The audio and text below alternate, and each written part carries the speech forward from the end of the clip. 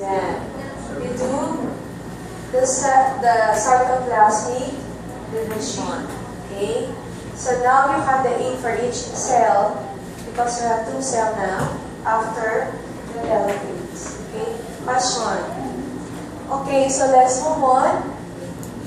By minutes and homologous chromosomes. Let's go with E, prophase. How many homologous chromosomes? Okay, so this one contains 4 because you have 2A is equal to 8. So it is actually being represented by 2 number 1, 2 number 2, number 3, and number 4. So you only have 4 bivalents. Metaphase, is there a difference? None. Okay, so you have here still 4. How about in the anaphase? How many number 1s do you have? Okay, you have 2. You have 4 number 1s. So that's why it would pair, so you will be producing telophase. Okay, you still have here 4.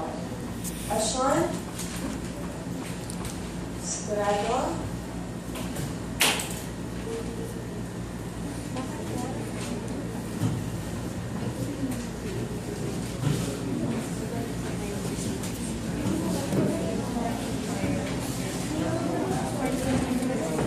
Question, clarification?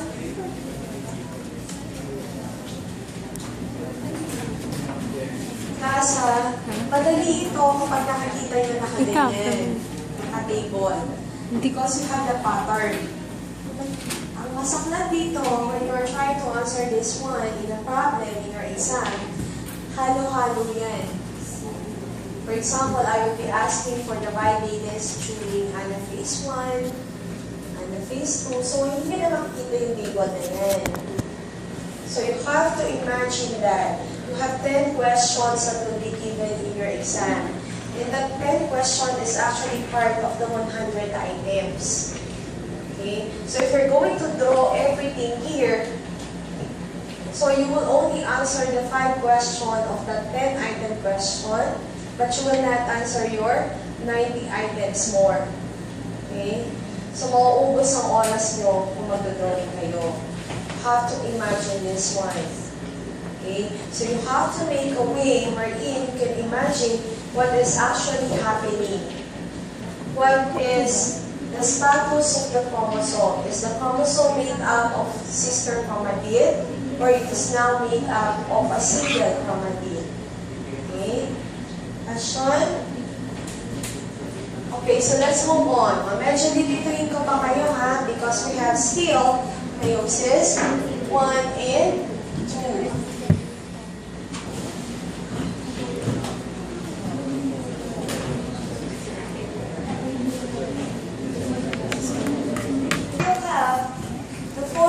Stages, but please take note, okay, we usually use the representation of Roman numeral number 1. Okay, so please listen to this one.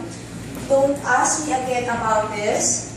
When you see the Roman numeral number 1 in each of the stages, you are very sure that we are actually pertaining to the stages of meiosis 1. But if you are dealing with mitosis, you would only use the letter B, M, A, T. Did you get that? Okay. So you have here still, okay, so the major event here is, what is the major event? Condensation of the nucleus, or rather the chromosome. But please take note that in the prophase, there are substages in its stage. Okay? We have here what we refer to as leptonema or the leptotin stage. Okay? If you can still remember, you have here the zygotin, pachytin, and diplotin, and you also have diakinesis. Okay, so I just want to reiterate some of the major events here because please take note when we are dealing with meiosis, the daughter cells are recombinants of your parent cell. It's because of this stage. Crossing over or the recombination of the different genes from the parents would actually occur in this particular stage. Do you get that? Okay. For leptotin, o hindi ko nahahabaan, this would actually have what we term to as synesthesis. Ang synesthesis is the clamping of the chromosome in one side. So it would actually appear that the chromosomes is clamping on one side. Okay? Zygote, this is where synapses occur. Synapses. Again, what is synapses? This is the formation of the bivalence or homologous pair. So number 1 will be looking for another number 1. Number 2 will be looking for another number 2 just to check if there is a homologous pair. Okay? Pakinima is actually the start of what we term to as chiasma. Okay, what is chiasma? Crossing over. Diplotin, okay, separation of. Okay. So after being together, they have to separate for a moment. Okay? So that usually happens during the diplotin. Diakinesis is the condensed form of the chromosome. Okay? Again, it will just be repeated. For the M1, what is actually occurring here is that you have the chromosome that is moving on the center or the equatorial plane. For the A1, this is the critical point in meiosis 1. What happens in meiosis 1 for the anaphase? If you're going to go back with mitosis, what is actually moving is the chromatid. Here, what is moving is, what is actually moving here? Chromosome. So the one that is moving here is the whole chromosome, or we call this one as the univalent, or what is actually being part of the homologous pair. Okay? So chromosome moves on the opposite pole, and of course, you have here the telophase from which the cytokinesis occurs. Let's go back with this one. So let's still use 2n is equal to 8. Okay. So let's have here P1. P1. How many chromosomes do we have? If you still have the cell, 2n is equal to 8. Okay, so you have here 8. P2, or rather M1, nothing happened. Anaphase. How many chromosomes do you have? Okay, why 8? But if you're going to go back here, you have the chromosome which is equal to 16. But here you have 8. What happens here? You have here the cell. You have 2 number 1 chromosome. So 1 chromosome will go on this side, and the other one will go to the other side. Number 2 chromosome, and then number 2 chromosome. Number 3 chromosome, and then another number 3.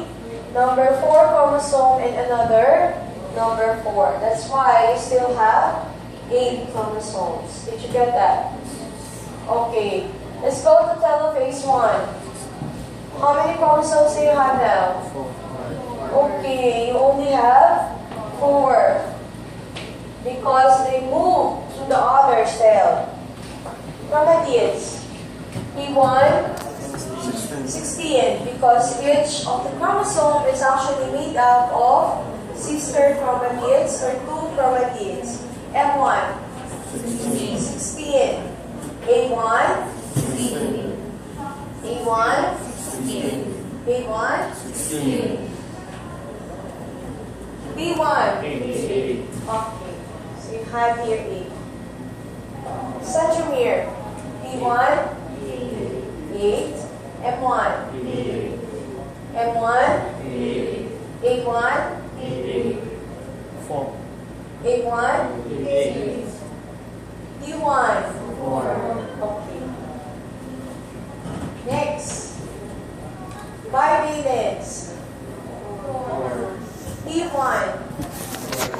How many sets of bivalence do you have? 4. M1? 4. A1? 4. B1? 0. Tama ba? Sigurado kayo? Sigurado? Why 0? Okay, so if you would have the cytokinesis, so you have your chromosome number 1, chromosome number 2, 3, 4. Is there any chromosome that has of the same number? None. Nagets mo. Question. Nagets mo. Question? Pero siya 0. Kasi wala nang parehas na chrome. Okay, so let's move to the last one. Prophase 2, telophase 2. Okay? So no need to discuss this one because the P still you have the condensation of the chromosome. For the metaphase, they will just align to the equatorial plate. But the critical here is the anaphase because instead of the chromosome moving on the other sides, it is actually your chromatids again that is moving on the opposite poles. Do you get that? Okay? Therefore, you have the centromeres being functionally doubled. And for the telophase still, you have the cytokinesis. Okay, so let's move on with regards to this one. Can I erase now the first part? No.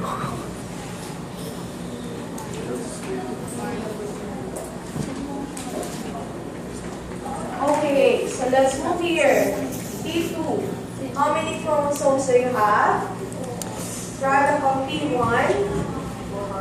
Okay, so you have here 4. How many chromosomes for the M2? 4. How many for the A2? 8. 8. How many for the P2? 4. Still 4. Chromatids. How many for the P2? 8. Okay, because each of the chromosome is actually made up of sister chromatid. Next. 8. 8 pa rin siya. A2.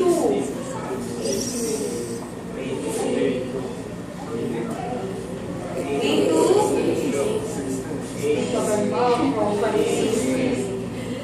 Still have 8. But please take note, each of the chromosome now is actually made up of 1 chromatid.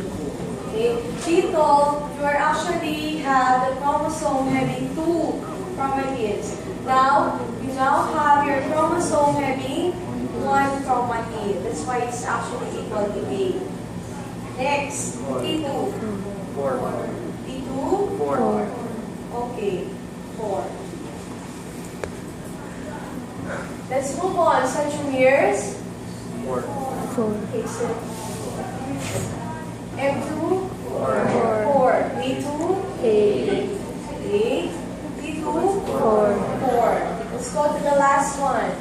Bivalence. 0. T1? 0. M2? 0. 0. A2? 4.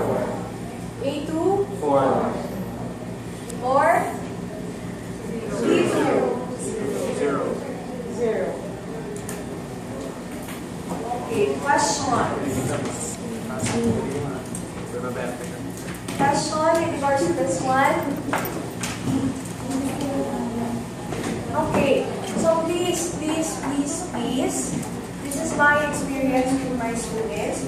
I don't want you to memorize the table. Okay?